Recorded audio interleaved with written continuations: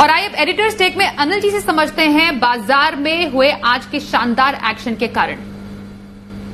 अंतर्राष्ट्रीय योग दिवस के दिन बाजार में दिखा जबरदस्त एक्शन और बाजार ने किया शीर्षासन। जी हां, खुले जिस तरह से, बंद एकदम उसके विपरीत। अंतर्राष्ट्रीय बाजारों के दबाव के चलते खुलना तो नीचे स्वाभाविक था और एसजीएक्स निफ्टी डबल सेंचुरी मारकर नीचे 200 पॉइंट ट्रेड करते हुए दिख रहे थे, लेकिन भारतीय बाजार उतनी बड़ी गिरावट से बच गए और 15,500 के नजदीक पहुंचकर वहां पर लिया सपोर्ट।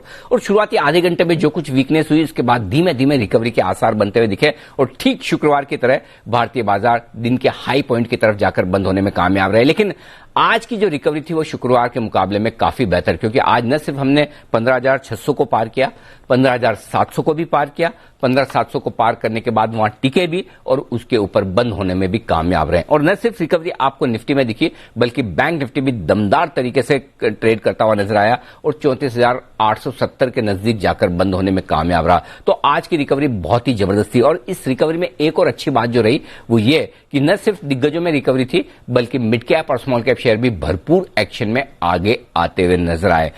इस रिकवरी में सबसे बड़ा सपोर्ट जो आता दिखा वो आता दिखा ग्लोबल मार्केट से। जी हां, डाउ 533 अंक नीचे बंद हुआ था, उसका असर था और डाउ फ्यूचर्स भी कमजोर थे 200 पॉइंट सुबह सुबह। लेकिन उसके बाद डाउ फ्यूचर्स में धीमे धीमे जो रिकवरी आती दिखी और उसके बाद डाउ फ्यूचर्स 100-125 पॉइंट ऊपर हो गए।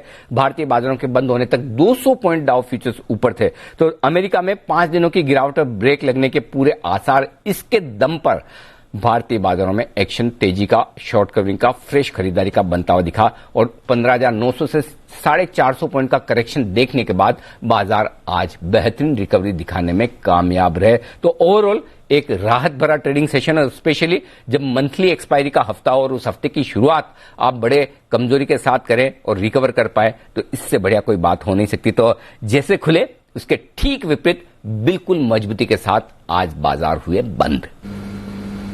आइए अब अनिल जी से समझते हैं कि कल के बाजार पर क्या रखनी चाहिए आपको स्ट्रैटेजी और बाजार को अहम संकेत कहां से मिलेंगे।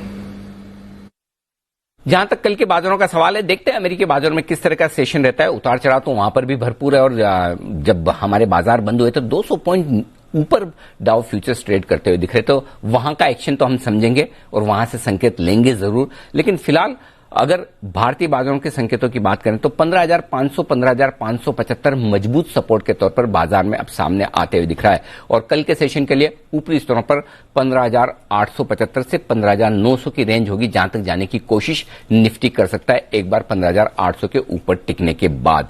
बैंक निफ्टी का जहां तक सवाल है 34,400, 34,500 के आसपास तुरंत बैंक निफ्टी पर सपोर्ट है जो आसानी से टूटना नहीं चाहिए और ऊपर में एक बार 35,300, 35,500 की रेंज तक जाने की कोशिश बैंक निफ्टी की हो सकती है 35,000 को पार करने के बाद। तो इन रेंज, इन लेवल्स पर रखनी चाहिए आपको नजर। ब्रॉडर मार्केट में जो मिड कैप शेयर अच्छी क्वालिटी के बढ़िया करेक्ट हो चुके हैं पिछले 2-3 सेशन में 10 से 15% के आसपास, वहां पर बढ़िया और मजबूत खरीदारी आने के पूरे आसार हैं। बाजार के पिटे हुए 2 सेक्टर मजबूती दिखाने की कोशिश कर रहे हैं, वो है मेटल्स और बैंक। सबसे पहले यहां पर बेस बनने की प्रक्रिया शुरू होती दिख रही, तो शायद यहां पर गिरावट रुकती हुई नजर आ रही है। मेटल्स में भी स्पेसिफिकली स्टील शेयरों में और बैंकिंग शेयरों में भी सरकारी बैंकों की तरफ से लीडरशिप आती हुई दिख रही है। तो ओवरऑल ये 2 पिटे हुए सेक्टर अपनी तेजी दिखाने के लिए तैयार होते हुए दिख रहे हैं। आप कम से कम ये कह सकते हैं कि गिरना बंद कर रहे हैं, ये संकेत आते हुए दिख रहे हैं और इन्हीं से आगे लीडरशिप बनने की संभावना भी बन सकती है। तो एक और बेहतरीन और मजबूत ट्रेडिंग सेशन